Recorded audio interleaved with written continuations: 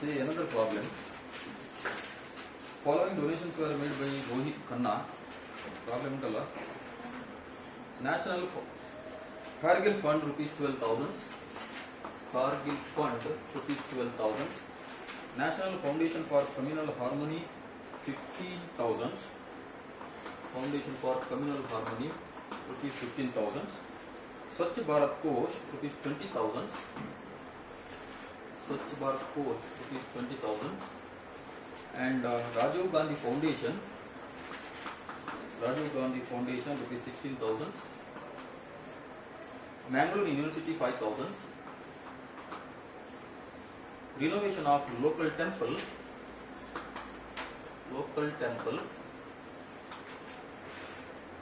rupees 13,000. Construction of school building 56,000. Next, blankets to inmates of an orphanage. Blankets to an orphanage rupees 18,000. Diamond crown to Lord Krishna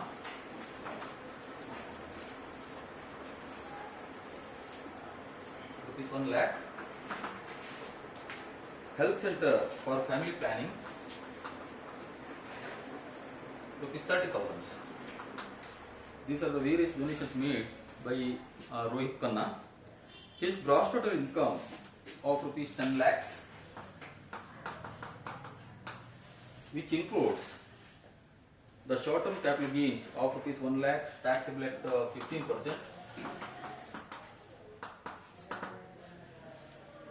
He repaid rupees 50,000 as interest on bank towards education loan.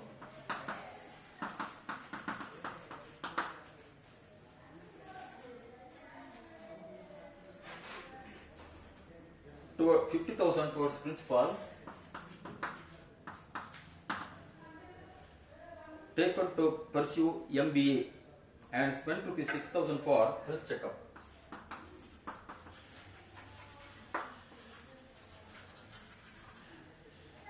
Compute his total income.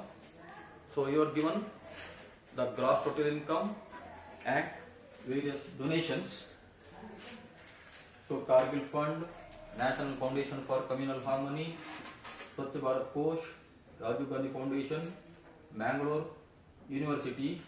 So these donations are come under without limit category. Kargil Fund, National Foundation for Communal Harmony, Swachh Bharat Kosh, Rajiv Gandhi Foundation, Mangalore University. And next, renovation of local temple.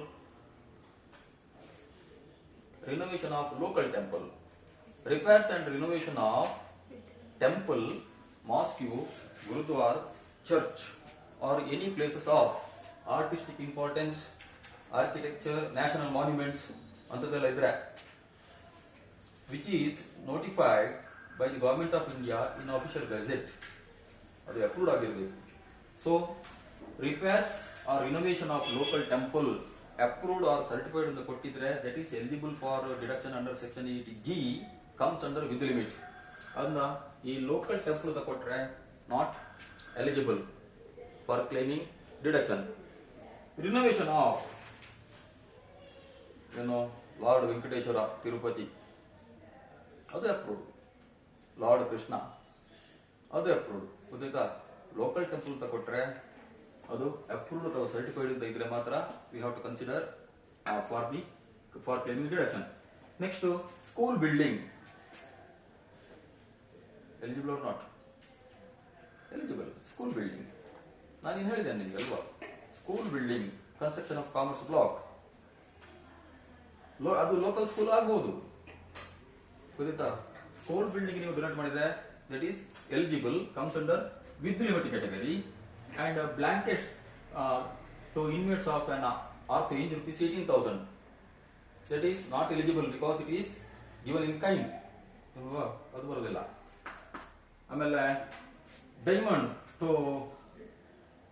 Diamond crown to Lord Krishna rupees 1 lakh, not eligible. ವಜ್ರದ ಕಿರೀಟ ಕೊಟ್ರೆ ಅದು ಇನ್ kind ಅದು ಬರೋದಿಲ್ಲ.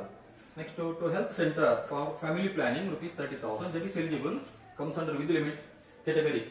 His gross total income rupees 10 lakhs, which includes the short term capital gain taxable at 15%, amounts rupees 1 lakh. ಅದ್ಯಾತಕ್ಕೆ ಬೇಕು ನಮಗೆ? To find out the adjusted total income ಅಲ್ವಾ? Adjusted total income find out ಮಾಡಬೇಕಾದ್ರೆ ಇದು ನಾವು consider ಮಾಡ್ತೇವೆ. ಹೇಗೆ? Gross total income as reduced by the short term capital gain which is taxable at 15%. Next, interest on education loan rupees 50,000 and principal rupees 50,000. ಇದರಲ್ಲಿ ಯಾವುದು eligible? Interest on education loan to the extent of 100% of the interest are repaid. Principal amount not eligible. So interest on education loan taken to pursue MBA ಹೇಳಿದ್ದಾರೆ. taken to pursue MBA ಅಲ್ವಾ? taken to pursue MBA and the interest on loan, education loan is eligible for deduction under section. Which section? Education loan. Interest on education loan ಪುಸ್ತಕ ಬಿಡಿಸಿ ಹೇಳೋದಲ್ಲ, ಅದು ಗೊತ್ತಿರ್ಬೇಕು ನಿಮಗೆ. Interest on education loan under section 80E 80E ಅಲ್ಲಿ ಬರುತ್ತೆ. Next he spent rupees 6,000 for health checkup. ಅದ್ರಲ್ಲಿ ಬರ್ತದೆ ಹೆಲ್ತ್ ಚೆಕ್ಅಪ್ 80D ಅಲ್ಲಿ ಎಷ್ಟವರೆಗೆ? ಲಿಮಿಟ್ ಎಷ್ಟು? 5,000. ಹೆಲ್ತ್ ಚೆಕ್ಅಪ್ ಮಾತ್ರ ಇದೆ 5,000, ಅದು 25,000 ಬರೋದಿಲ್ಲ. ಮೆಡಿಕಲ್ ಇನ್ಶೂರೆನ್ಸ್ ಪ್ರೀಮಿಯಂ ಕೊಟ್ರೆ ಹಾಗೆ 25,000 ಒಳಗೆ includes the health checkup also. So it comes under 80D. ಇದು 80E. 80C ಉಂಟಾ? ನೋ. ಇದೆಲ್ಲವೂ ಏನು 80G ಗೆ ಸಂಬಂಧಪಟ್ಟದ್ದು ಅಲ್ವಾ? ನಿಮ್ಗೆ ಕೇಳಿದ್ದು compute the total income. So how to compute the total income? ನಿಮಗೆ ಪ್ರಾಬ್ಲಮ್ ಅಲ್ಲಿ 80G ಗೆ ಸಂಬಂಧಪಟ್ಟದ್ದು ಇದ್ರೆ ನೀವು 3 ಕಾಲಮ್ಸ್ ಮಾಡ್ಕೊಳ್ಬೇಕು ಅಮೌಂಟ್ಗೆ. ಗೊತ್ತಾಯ್ತಾ? 80G ಇದ್ರೆ 3 ಕಾಲಮ್ಸ್ ಮಾಡ್ಕೊಳ್ಬೇಕು. Gross total income rupees 10 lakhs. Gross total income 10 lakhs. Again, short term capital gain ಬರೀಬೇಕಾ? Not necessary ಅಲ್ವಾ? ಯಾಕೆ ಹೇಳಿ? ಗ್ರಾಸ್ ಟೋಟಲ್ ಇನ್ಕಮ್ 10 lakhs ನಲ್ಲಿ ಇದು ಸೇರ್ಕೊಂಡಿದೆ. ಗೊತ್ತಾಯ್ತಾ? ಈ ಸೆಂಟೆನ್ಸ್ ನಿಮಗೆ ಕೊಟ್ಟಿದ್ದು ಯಾಕೆ ಅಂತ ಹೇಳಿದ್ರೆ for calculating the adjusted total income ಅಷ್ಟೇ. Gross total income rupees 10 lakhs less general deductions under section 80. Number 1 80C ಉಂಟಾ? ನೋ. ಅದನ್ನ ಸ್ಟಾರ್ಟ್ ಆಗೋದ್ರಿಂದ 80D ಇಂದಲ್ವಾ? ನಂಬರ್ 1 80D ಏನದು? Health checkup. Health checkup rupees 5,000. ಗೊತ್ತಾಯ್ತಲ್ವಾ?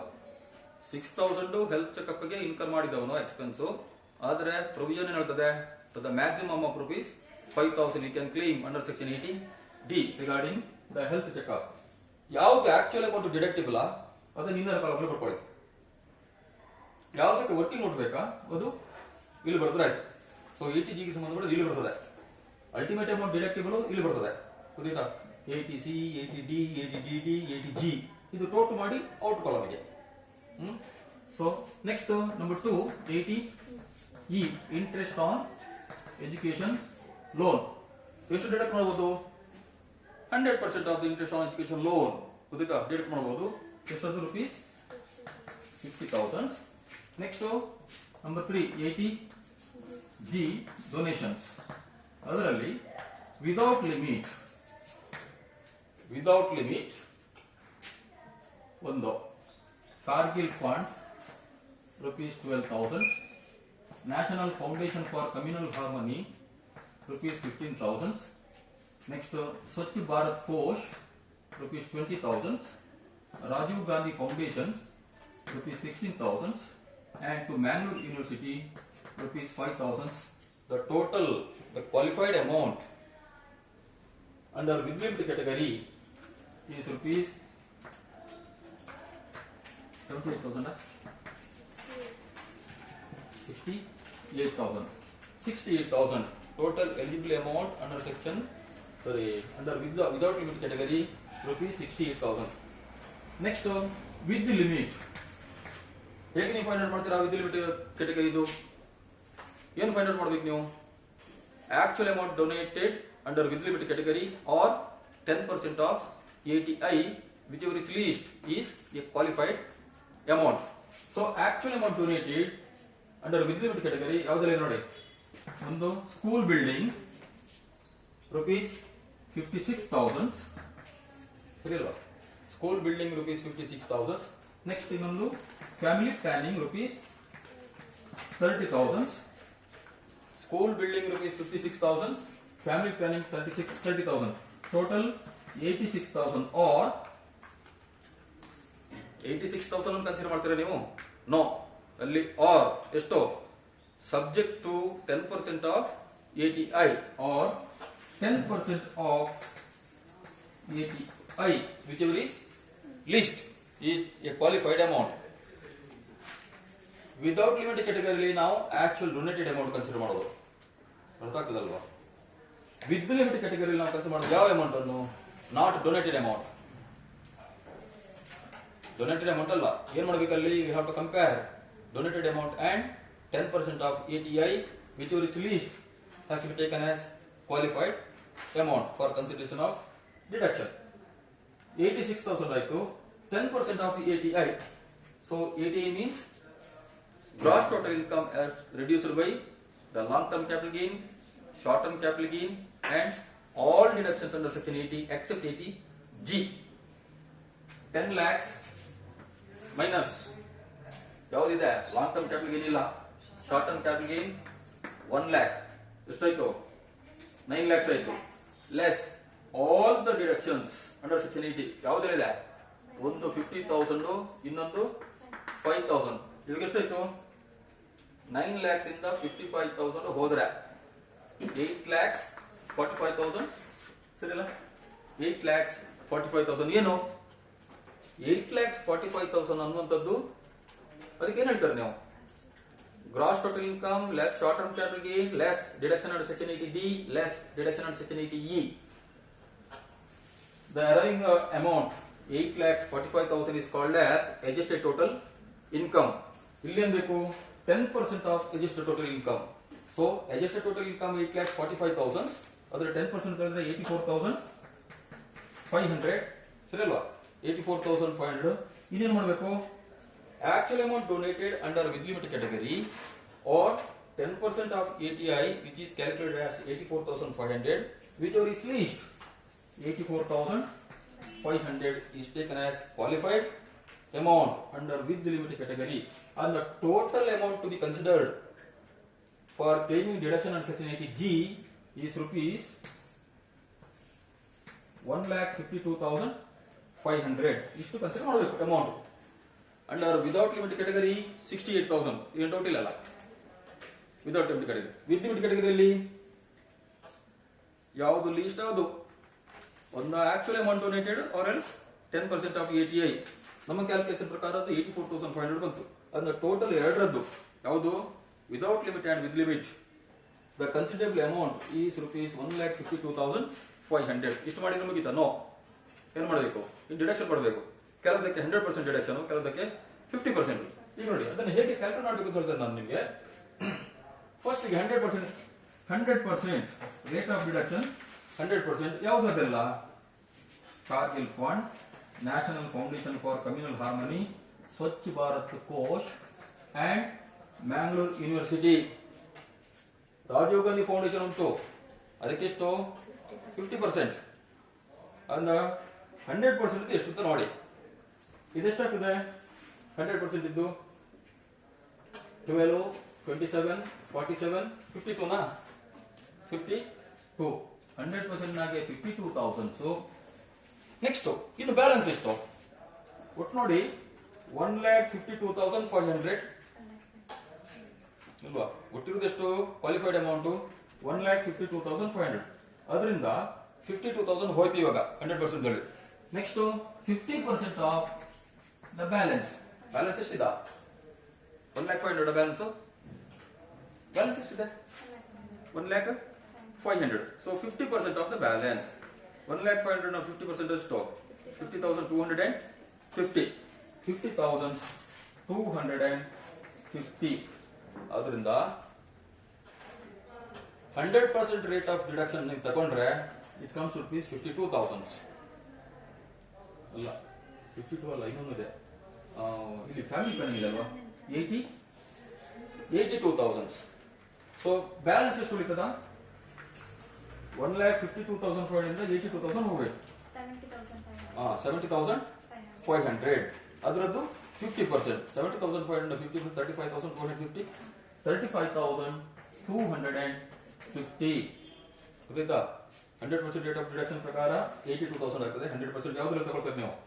Kargil fund, national foundation for communal harmony, Mangalore university and Swachh Bharat Kosh and also family planning.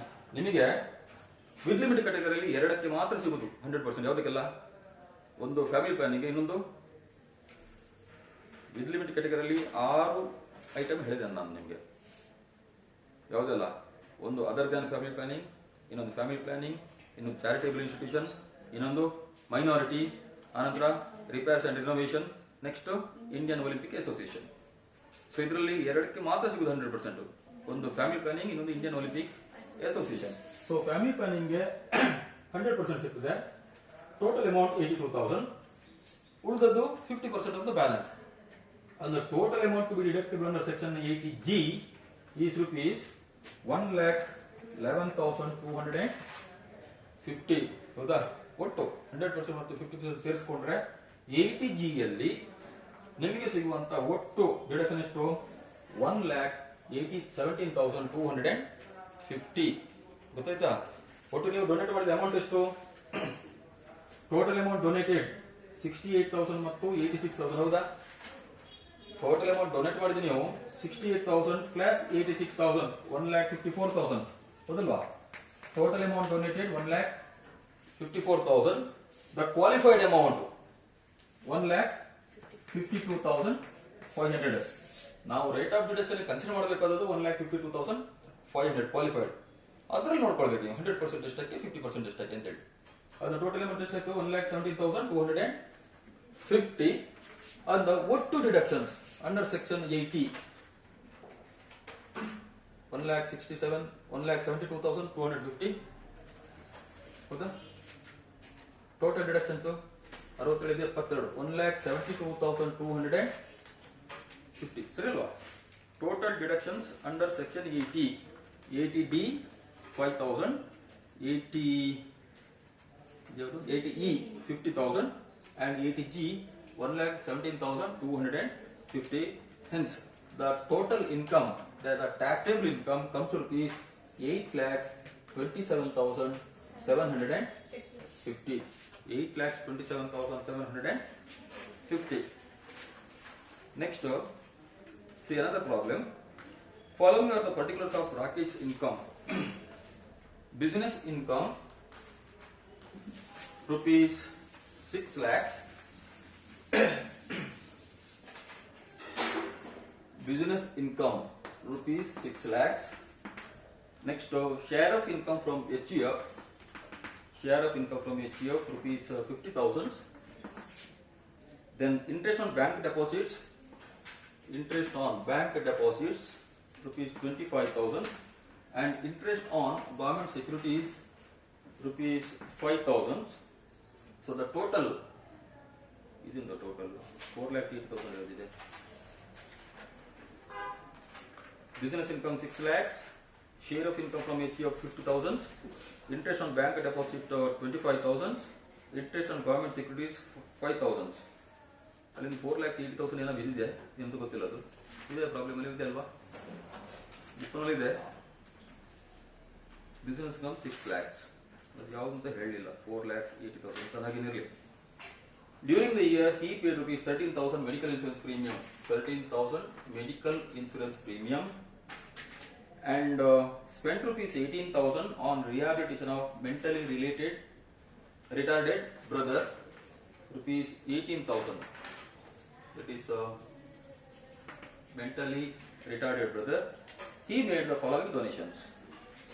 Clean Ganga Fund 5,000. Prime Minister's National Relief Fund 10,000.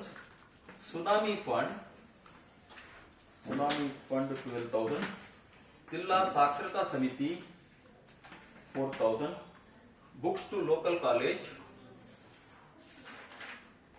6,000. Construction of chowdhury for Hindu pilgrims.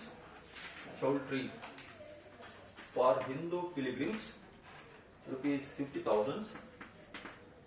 And repairs of Belur repairs of Belur temple, that is approved or certified or recognized, rupees 30,000, and promotion of family planning, rupees 28,000. 28,000. You are asked to compute his total income. Previous problem only you are given the gross total income. ಇಲ್ಲಿ ನಿಮಗೆ gross total income ಕೊಡಲಿಲ್ಲ ಅಲ್ವಾ? ಈ problem ಕೊಟ್ಟಿದ್ದಾರಾ? No. But heads of income ಕೊಟ್ಟಿದ್ದಾರೆ. ಏನು? Business income rupees 6 lakhs, share of income from HUF rupees 50,000, interest on bank deposits rupees 25,000, interest on government securities rupees 5,000. ಬೇರೆ ಯಾವ್ದು ಉಂಟಾ ನಿಮಗೆ? Income from salary? ನೋ, ಯಾವುದಿಲ್ಲ. ಇನ್ಕಮ್ ಫ್ರಮ್ ಸ್ಯಾಲರಿ ಇಲ್ಲ, income from house property ಇಲ್ಲ. ನಿಮಗೆ computation of total income ಕೇಳಿದ್ದಾರೆ. So computation of total income ಮಾಡಬೇಕಾದ್ರೆ ಫಸ್ಟಿಗೆ ಕಾಂಪಿಟೇಷನ್ ಆಫ್ ಟೋಟಲ್ ಇನ್ಕಮ್ ಇಲ್ಲ ನೋಡಿ, ಒಂದೇ ನಾವು ಸ್ಟೇಟ್ಮೆಂಟ್ ಮಾಡುವ, ಆಯ್ತಾ? ಫಸ್ಟಿಗೆ income from salary nil, income from house property nil, ಅಥವಾ ಎರಡು ಸ್ಟೇಟ್ಮೆಂಟ್ ಮಾಡಬಹುದು. Computation of gross total income ಫಸ್ಟಿಗೆ ಮಾಡೋದು, ಇನ್ನು ಕಾಂಪಿಟೇಷನ್ ಆಫ್ ಟ್ಯಾಕ್ಸೇಬಲ್ ಇನ್ಕಮ್. ಗೊತ್ತಾಯ್ತಾ? ಸೊ ನಾನಿಲ್ಲಿ ಒಂದೇ ಸ್ಟೇಟ್ಮೆಂಟ್ ಅಲ್ಲಿ ಮಾಡ್ತಾನೆ. Computation of total income, income from salary nil, outer column ಅಲ್ಲಿ ಬೇಡ. ಔಟರ್ ಕಾಲಮ್ ಯಾವ್ದು ಬರಬೇಕು? Gross total income. ಯಾವ್ದು ಗ್ರಾಸ್ ಟೋಟಲ್ ಇನ್ಕಮ್ ನೀವು ಔಟರ್ ಕಾಲಮ್ ಬರ್ಕೊಳ್ಳೋದಲ್ವಾ? Outer column. So income from salary nil, income from house property ನಿಲ್, ಹೀಗೆ ಬರ್ಕೊಳ್ಳೋ. ನೀವು ಹಾಗೇನು ಬರೆದ್ರೆ ಡಿಟ್ಟೋ ಹಾಕಿದ್ರೆ. ಬಿಸಿನೆಸ್ ಇನ್ಕಮ್ ಎಷ್ಟ? rupees 6 lakhs. ಕ್ಯಾಪಿಟಲ್ ಗೇನ್ಸ್ ಇದೆಯಾ? ನಿಲ್. ಇನ್ನು ಇಲ್ಲಿ ಒಂದಿದೆ, share of income from HUF rupees 50,000. ಎಲ್ಲಿ ತೋರಿಸ್ತೀರಾ ನೀವು? Share of income from HUF ಎಲ್ಲಿ ತೋರಿಸ್ತೀರಿ? ಅದು ಒಂದು ವೇಳೆ ಟ್ಯಾಕ್ಸೇಬಲ್ ಅಂತ ಇದ್ರೆ ಅದು ಬಿಸಿನೆಸ್ ಇನ್ಕಮ್ ಬರ್ತದೆ. ಗೊತ್ತಿತ್ತಾ? ಟ್ಯಾಕ್ಸೇಬಲ್ ಇದ್ರೆ share of income from HUF is exempt from tax. Exempted incomes ನಲ್ಲಿ income from agriculture is exempt from tax ಅಲ್ವಾ? ನನಗೆ ನೆನಪಿದೆ, ನಿಮಗೆ ಹೇಳಿದ್ದೆ ನಾನು ಥರ್ಡ್ ಸೆಮ್ ಅಲ್ಲಿ. Agriculture income exempt, share of income from firm ನಿಮಗೆ ಅಸೆಸ್ಮೆಂಟ್ ಆಫ್ ಪಾರ್ಟ್ನರ್ಶಿಪ್ ಫರ್ಮ್ ಆಗಿದೆ, ಸರಿ ಅಲ್ವಾ? ಅಸೆಸ್ಮೆಂಟ್ ಆಫ್ ಪಾರ್ಟ್ನರ್ಶಿಪ್ ಫರ್ಮ್ ಆಗಿದೆ. ಅದರಲ್ಲಿ ಪ್ರಾಫಿಟ್ ಅಂಡ್ ಲಾಸ್ ಅಕೌಂಟ್ ಮಾಡುವಾಗ ನೀವು ನೆಟ್ ಪ್ರಾಫಿಟ್ ಅನ್ನು divided between the partners in the profit sharing proportion ಮಾಡ್ತಿರಲ್ವಾ? ಅದು share of income from firm, that is fully exempt, ಅದು ಎಕ್ಸೆಂಪ್ಟ್. ಅದೇ ರೀತಿ share of income from HUF is also exempt. ಆದ್ರೆ ನೀವು ಇಲ್ಲಿ ಬರ್ಕೊಳ್ಳುವಾಗ ಬಿಸಿನೆಸ್ ಇನ್ಕಮ್